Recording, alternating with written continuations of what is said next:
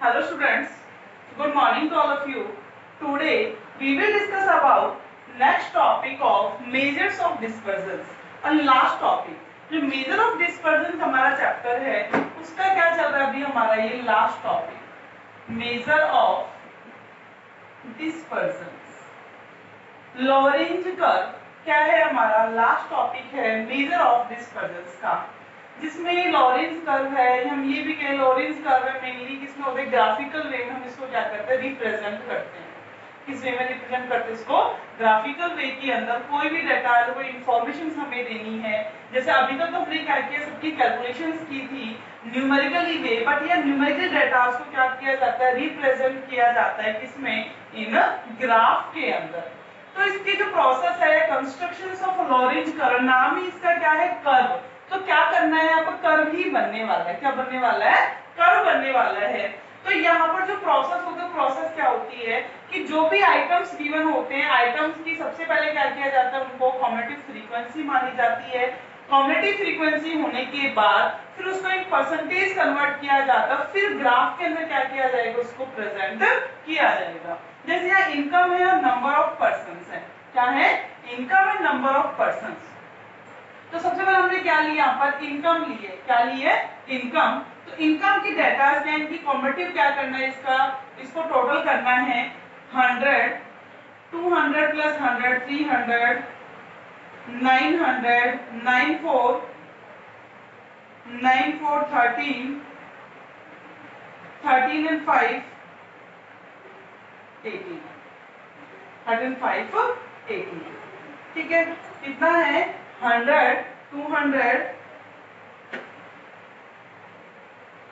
इसमें रॉन्ग हो गया ये था हमारा कितना 400 4 के बाद 5 and 8 400 500 and 800 जब इसको कॉम्युलेटिव फ्रीक्वेंसी निकालनी है तो क्या 10 3 3 and 4 700 7 and 5 1200 12 and 8 2000 क्लियर हो गया अब क्या करना है सेम नंबर ऑफ पर्संस की भी क्या निकालना है कॉम्युलेटिव ही निकालना है क्या निकालना है कॉम्युलेटिव ही निकालना है तो कॉम्युलेटिव कैसे निकलेगा 80 80 70 150 150 and 50 200 230 230 230 and 20 250 तो ये तो सेम हमने मिडिल निकाला था या फिर हम कहें कि जो मोड कैलकुलेट किया था इसी वे में किया था कॉम्युलेटिव फ्रीक्वेंसी सभी को निकालनी आती है अब इन परसेंटेज आप इसको कैसे करोगे इन परसेंटेज आप इसी का क्या निकालना है कॉम्युलेटिव का ही आपको परसेंटेज निकालना है तो 100 अपॉन 2000 into 100 100 अपॉन 2000 into 100 तो कितना आ गया 5% 300 अपॉन 2000 into 100 कितना आ जाएगा 60% 700 upon 2000 into 100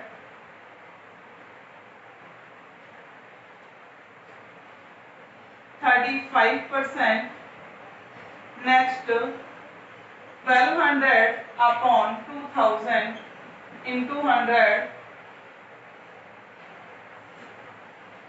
60% and 2000 upon 2000 ये कितना हो जाएगा यहाँ पर ये हो गया 100% तो ये हमारे यहाँ पर क्या है ये रॉन्ग इसका 30 आएगा क्या 300 अपॉन 2000 इंटू 100 तो 0 से 0 0 15 कितना हो गया 15 क्लियर हो गया तो यहाँ 15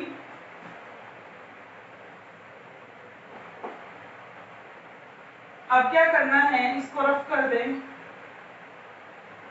नेक्स्ट अब हम इस कॉम्युलेटिव का भी क्या निकालना है इसको भी इन परसेंटेज से कन्वर्ट करना है 80 upon 250 18 upon 250 into 100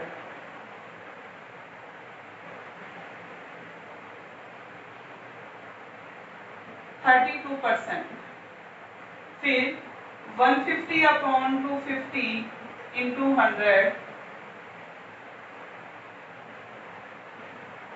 60%। 200 upon 250 into 100 80%. 230 upon 250 into 100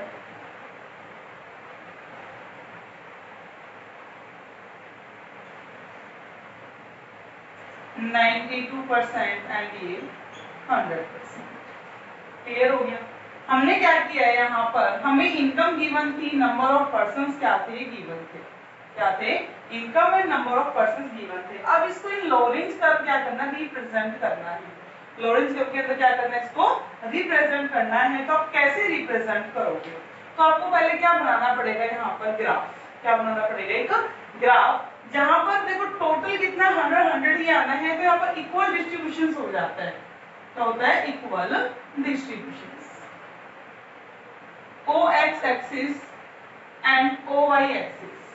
OX axis पर यहाँ OY पर क्या लोगे आप, इनकम, परसेंटेज ऑफ इनकम लेना, किसमें परसेंटेज ही लेना है, परसेंटेज ऑफ इनकम, इनकम का परसेंटेज, और यहाँ परसेंटेज ऑफ पर्सन, पर्सन की परसेंटेज। तो एक डिस्ट्रीब्यूशन होता है, इसको हम बोलते हैं, ये कैसा है, इक्वल डिस्ट्रीब्यूशन। ये क्या है, इक्वल डिस्ट्रीब्यूशन। अब इस पे ड्रॉ करना है, इसके अकॉर्डिंग देखना है कि वो किसके, इसके सिमिलर है, इससे दूर है, कैसा है, वो कर्व हमें यहाँ पर करना है। तो इनकम है परसेंटेज में, तो 10 10 का डिफरेंस, 10 20 30 40 50 60 70 80 90 एंड 100।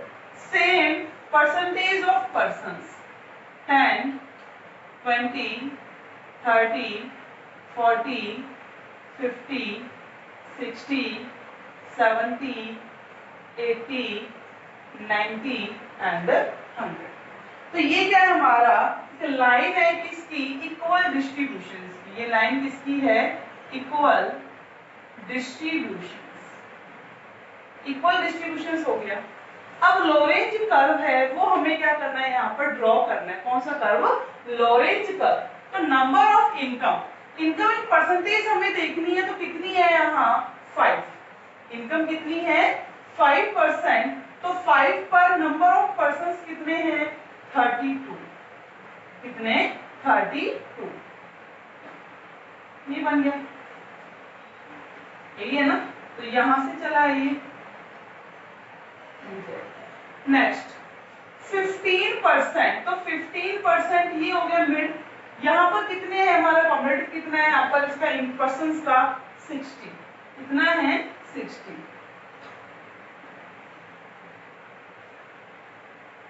हो गया। नेक्स्ट 35 ये है, 35 पर कितना है 80, 35 पर है 80 होगी 35 का। नेक्स्ट हमारा क्या है 60, क्या है 60 पर कितना है 92, 60 पर है 90 एंड लास्ट है 100 पर कितना 100।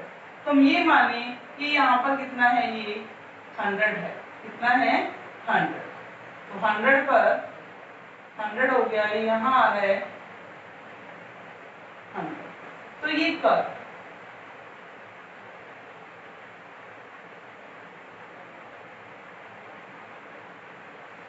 ये क्या बन गया हमारा लॉरेंज कर्व। कौन सा कर्व है ये, लॉरेंज कर्व। इक्वल डिस्ट्रीब्यूशंस की लाइन तो ये थी, बट इसकी इक्वली नहीं है, इससे कैसा है बहुत ही ज्यादा ये स्टीपर ना होकर कैसा है मच फ्लैटर हो रखा है।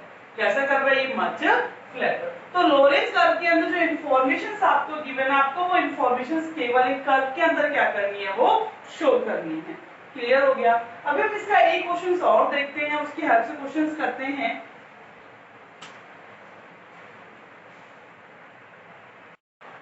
नेक्स्ट क्वेश्चन है वो है हमारा, भी यहाँ पर 2 फॉर्म्स हमें गिवन है, फॉर्म ए और फॉर्म बी, 2 फॉर्म्स गिवन है। अब इनके अंदर हमें बताना है कि वो इक्वल डिस्ट्रीब्यूशन उनका है या नहीं है, according to basis, according to basis. तो यहाँ पर ये क्वेश्चन हमें गिवन है, ये बेसिस हमें गिवन है, यहाँ फॉर्म ए के नंबर ऑफ पर्संस गिवन है, यहाँ फॉर्म बी के नंबर ऑफ पर्संस हमें गिवन है। तो सबसे पहले क्या करना है, जो बेसिस है इनके बेसिस हमें क्या निकालना होगा, बेसिस की मिड वैल्यू क्या निकालनी होगी, मिड वैल्यू। तो mid value 60, 80, 100, 120 and 140। Mid value कितनी आई है, 60, 80, 100, 120 एंड 140। अब क्या निकालना है, इसका कॉम्बिनेटिव सम निकालना, इसका टोटल निकालना है। 60, 86, 140, 240, 360 एंड 500। कितना हो गया, 500। अब एक परसेंटेज निकालें, 60 upon 500 into 100, 60 upon 500 into 100।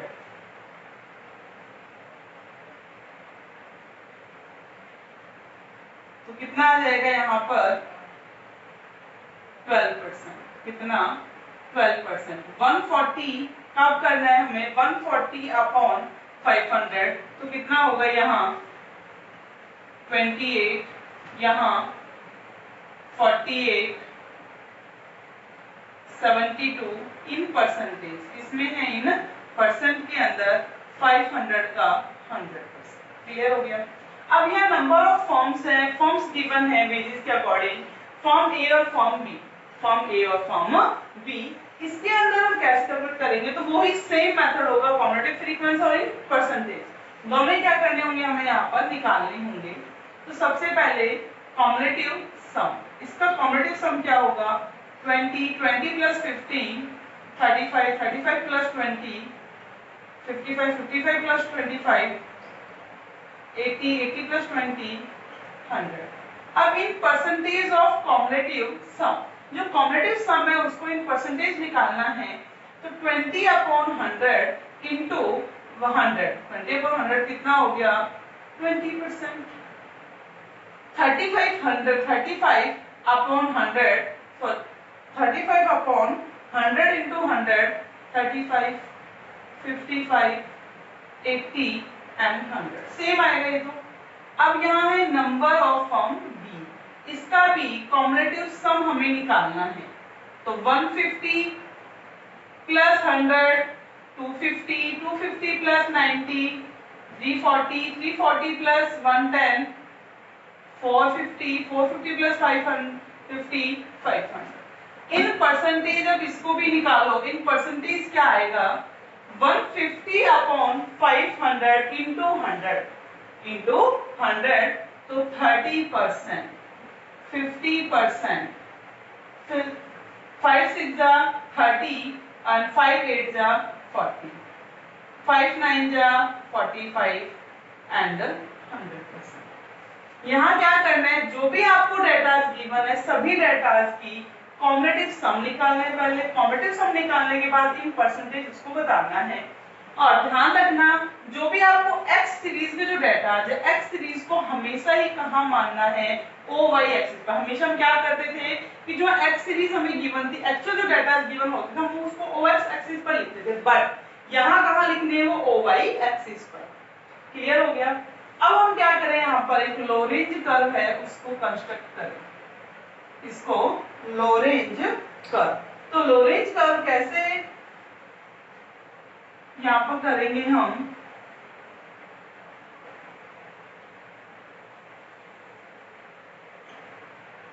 OX and OY, यहाँ पर हमने क्या ले रखे हैं बेसिस, क्या ले लिया यहाँ बेसिस। यहाँ परसेंटेज ऑफ फॉर्म, ये रही हमने परसेंटेज ऑफ फॉर्म। ये क्या है, इक्वल डिस्ट्रीब्यूशन। क्या है ये, इक्वल डिस्ट्रीब्यूशन। Same 10, 20, 30, 40, 50, 60, 70, 80, 90 and 100। यहाँ 100 आ रहा है। 10, 20, 30, 40, 50, 60, 70, 80, 90 और 100। क्लियर हो गया।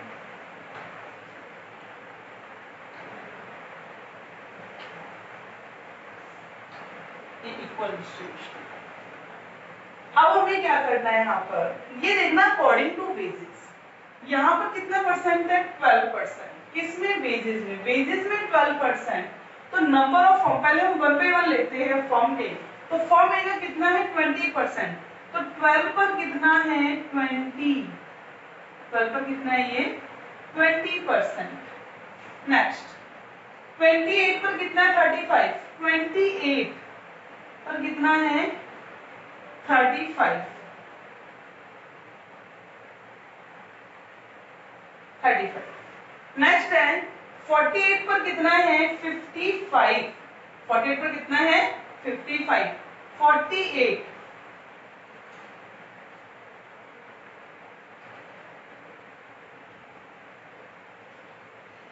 ये ध्यान रखना यहाँ पर क्या थे, वेजेस थे।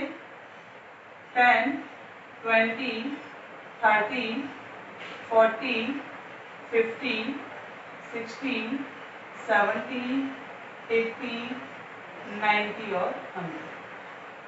अब नेक्स्ट क्या कह रहा है 48, 48 कहाँ है हमारा, यहाँ है 48, 48 पर कितना है 55, तो 55 हमारा ये है, 48 पर कितना 55, ठीक है। नेक्स्ट 72 कितना है ये, 72 पर कितना है हमारा 80, 72 पर कितना है 80, 70, 80 हो गया। नेक्स्ट 100 पर कितना है 100, ये हो गया 100। तो ये फॉर्म ए का क्या हो गया, लॉरेंज कर्व। ये क्या है, फॉर्म ए। ध्यान रखना ये किसकी है, फॉर्म ए की। फॉर्म बी की भी हमें क्या गिवन है, डेटा गिवन है। तो यहाँ पर 12% पर फॉर्म बी का कितना है 30, फॉर्म बी का कितना है 30, तो कितना है 12%, 12% के ऊपर फॉर्म बी का 30 है, तो 30 ये यहाँ हो गया। नेक्स्ट 28 पर कितना है 50%, 28 पर कितना है 50%,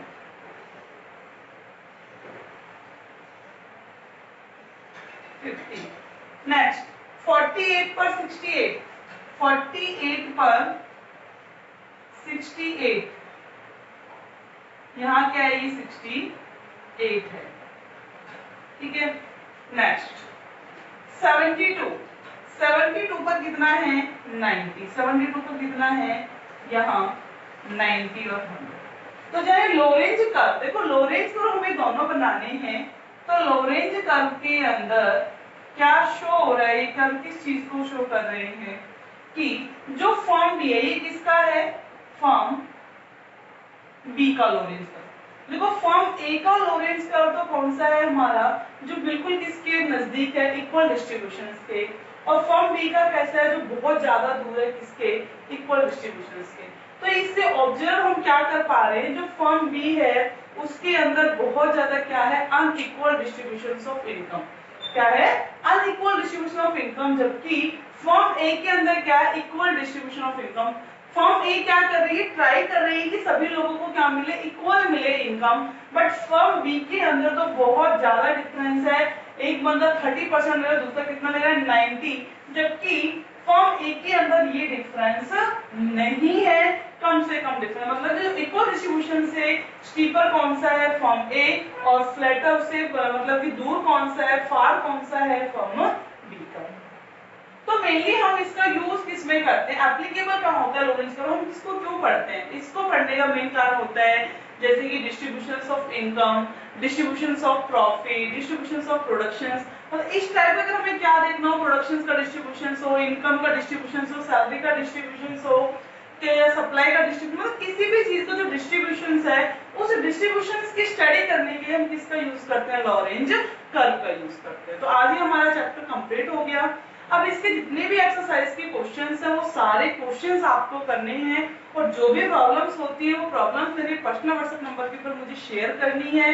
तो प्रॉब्लम्स शेयर करोगे तो भी मैं आपकी क्या बना सकूंगी, कोई भी प्रॉब्लम से रिलेटेड वीडियो बना सकती हूँ। क्लियर हो गया?